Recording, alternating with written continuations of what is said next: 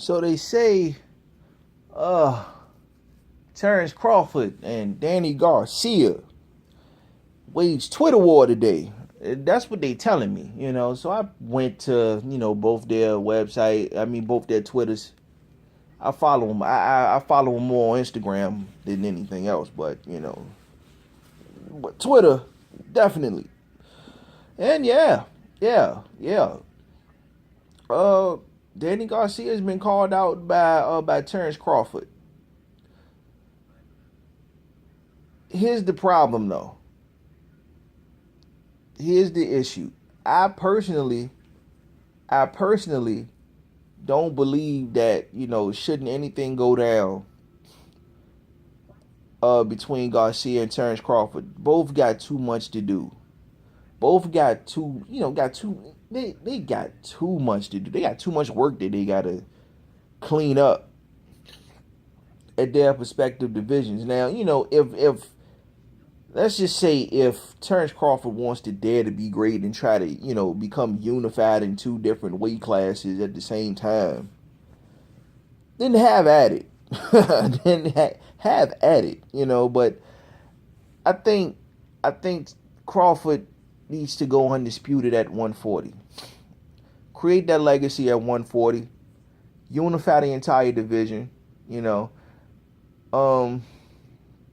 Danny Garcia has a lot more important fights at 147.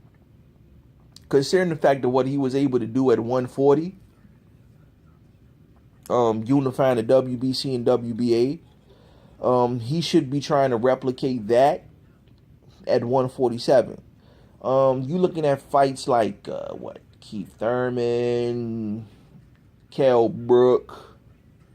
I doubt if a Manny Pacquiao, Jesse Vargas fight come through. I doubt it. Not right now anyway. But Danny Garcia has a lot of work to do at 147, and Terrence Crawford has a lot of work to do at 140. I'd like to see those things happen.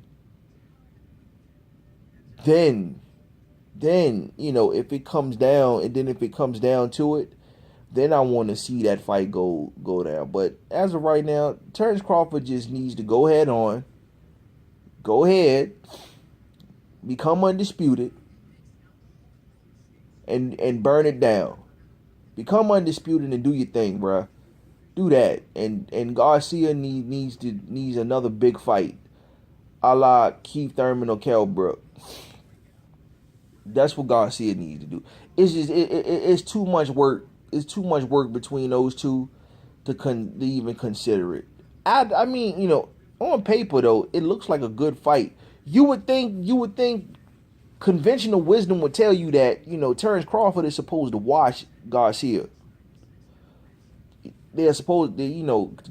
Crawford is supposed to watch him, but dude, I mean, outside of the Mauricio Herrera decision and maybe in the Peterson fight, there's a reason why Garcia is undefeated.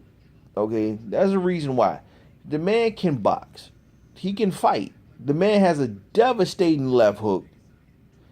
He has great fundamentals. You know what I mean? He's not a bad boxer.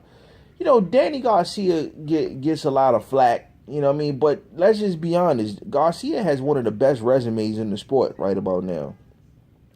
I mean, the man put in work at 140. He really did. There's nothing more to say to that. From Amir Khan to Lucas Matisse, he did his thing. All right. So at 147, he's still trying to make it do what it do, and he's still trying to come up through the ranks. I wouldn't mind seeing the Berto fight.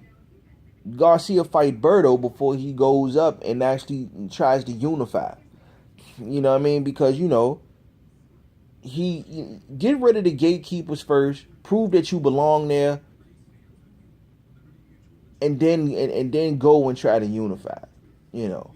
I think a potential fight between, Crawford and Garcia is at least 2 to 3 years down the road. That's number one. I mean, and let's just say, right? What if it happened, right? What if it happened? And Terrence Crawford goes up to 147 and he beats Danny Garcia. Watch this now. How long would Terrence Crawford be champion? Because you're looking at 147 where everybody's a different beast. That's a whole different beast. You know what I mean? Like 147 and 140 is 147 is a whole nother animal. The 147-pound division is stacked. Stacked right now, top to bottom. You know. So, you know, my recommendation is not right now. Not right now. You know. Terrence Crawford is most likely he's serious. He wouldn't mind coming up to 147 and taking Garcia's belt. But I don't think that it is cool to even go that route. Crawford needs to go undisputed and build that legacy of his up so he can go ahead on and rep the way he's supposed to. That's how I feel about it, man. That's my little funky 2 cents. It's your boy AC, LDBC. Everybody in the YTBC who I get down with, you already know. I'll holler at y'all. God willing, peace.